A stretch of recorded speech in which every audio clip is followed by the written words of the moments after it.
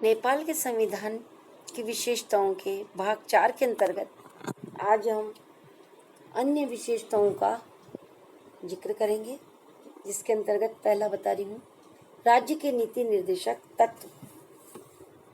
राज्य के नीति निर्देशक तत्वों का नेपाली संविधान के भाग 4 के अनुच्छेद 49 से 55 तक उल्लेख किया गया है। इसमें उल्लेखित बातों के लिए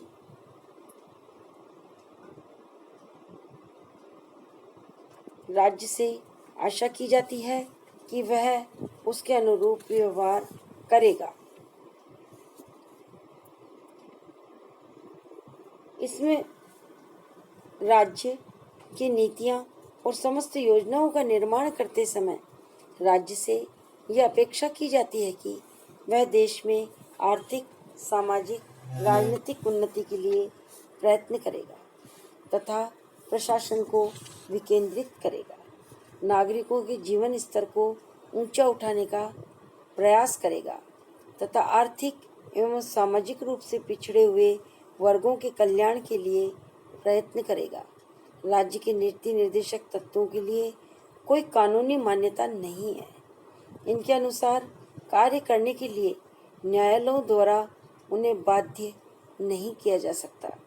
यदि आर्थिक रूप से संभव हो तभी राज्य इन निर्देशों के अनुसार उल्लेखित बातों के लिए प्रयत्नशील रहेगा, किंतु उस पर किसी प्रकार की कानूनी बाध्यता नहीं होगी। इस प्रकार भारतीय संविधान के अनुरूप ही नेपाल के संविधान में भी नीति निर्देशक तत्व का प्रावधान रखा गया है, अर्थात शासन द्वारा या व्यवस्थापिका द्वारा जब नीति निर्धारित की जाए उसके लिए कुछ ऐसे निर्देशक, कुछ इंडिकेटिव एलिमेंट्स रखे हैं कि इन बातों को पूरा करना राज्य का प्रथम दायित्व होगा।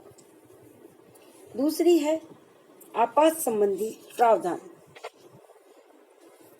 आपात संबंधी प्रावधान से अभिप्राय है युद्ध, विदेशी आक्रमण, सशस्त्र विद्रोह अथवा आर्थिक स्थिति गंभीर होने से यदि नेपाल राज्य के अस्तित्व को खतरा उत्पन्न हो जाए तो राष्ट्रपति द्वारा संपूर्ण देश या राज्य के किसी भाग में आपातकाल की घोषणा की जा सकती है। आपात की घोषणा के पश्चात 3 माह के अंदर इस आशय का प्रस्ताव संसद के निम्न सदन में स्वीकृति के लिए रखना जाना आवश्यक है। उक्त सदन द्वारा 2/3 बहुमत से इस प्रस्ताव को स्वीकार कर लिया जाए या उसके पश्चात आपात की प्रथम घोषणा से 6 माह तक यह प्रभावी रहेगा। यदि इस सदन में प्रस्ताव ठुकरा दिया जाता है तो आपात घोषणा तुरंत प्रभाव से अप्रभावी हो जाती है। यदि निम्न सदन भंग किया हुआ हो तो इस स्थिति में उसके अधिकारों का प्रयोग उच्च सदन करेगा। व्यवस्थापिका द्वारा आपात की अवधि बढ़ाई जा सकती है।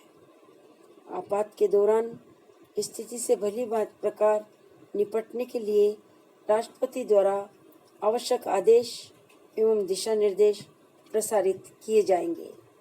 इसके लागू होने के पश्चात मूल अधिकारों को निलंबित किया जा सकता है।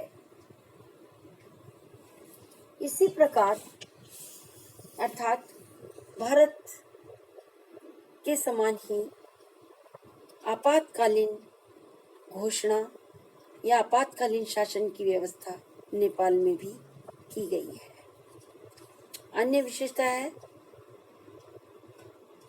स्वतंत्र अभिकरण।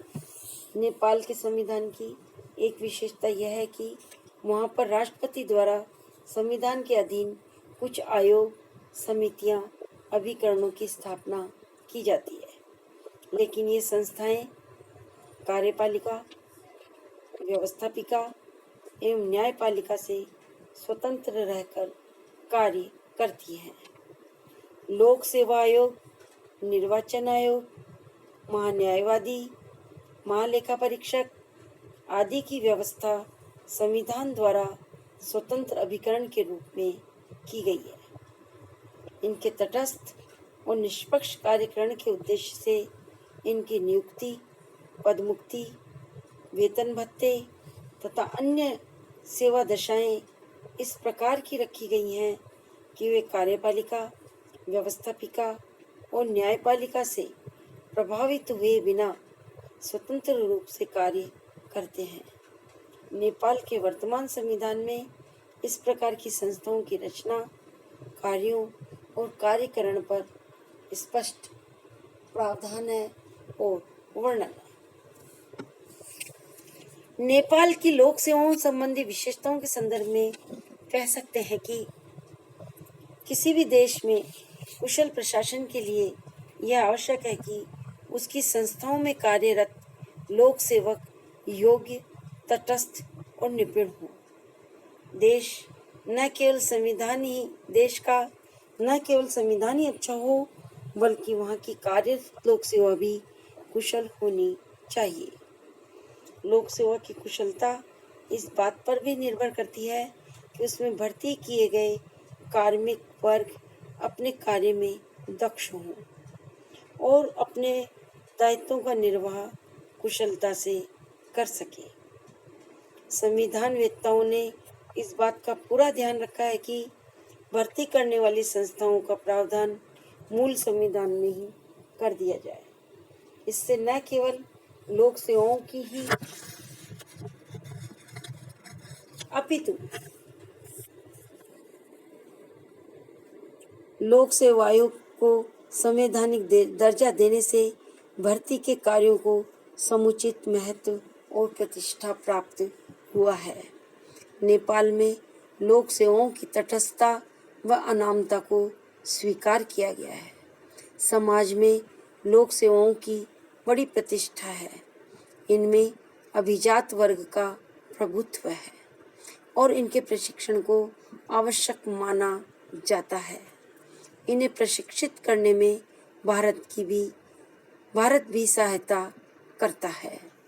इस प्रकार नेपाल के संविधान की विशेषताओं के संदर्भ में हम कहेंगे कि नेपाल का संविधान बहुत ही अनुभव प्राप्त किए हुए है, अर्थात विभिन्न राजनीतिक परिस्थितियों से गुजरता हुआ और अन्य राष्ट्रों की सफल शासन व्यवस्थाओं का अनुकरण करते हुए एक संविधान का निर्माण किया गया है। जैसे अमेरिका का संघात्मक व्यवस्था ली, ब्रिटेन की संघात्मक व्यवस्था ली, भारत की भी संसदीय प्रणाली और न्यायिक सर्वोच्चता ली, ब्रिटेन का विधि का शासन लिया। इस प्रकार नेपाल का जो संविधान है राजतंत्र से लोकतांत्रिक बनाते हुए और इसे बहुत ही अनुभव प्राप्त किया हुआ संविधान का दर्जा दिया जा सकता है।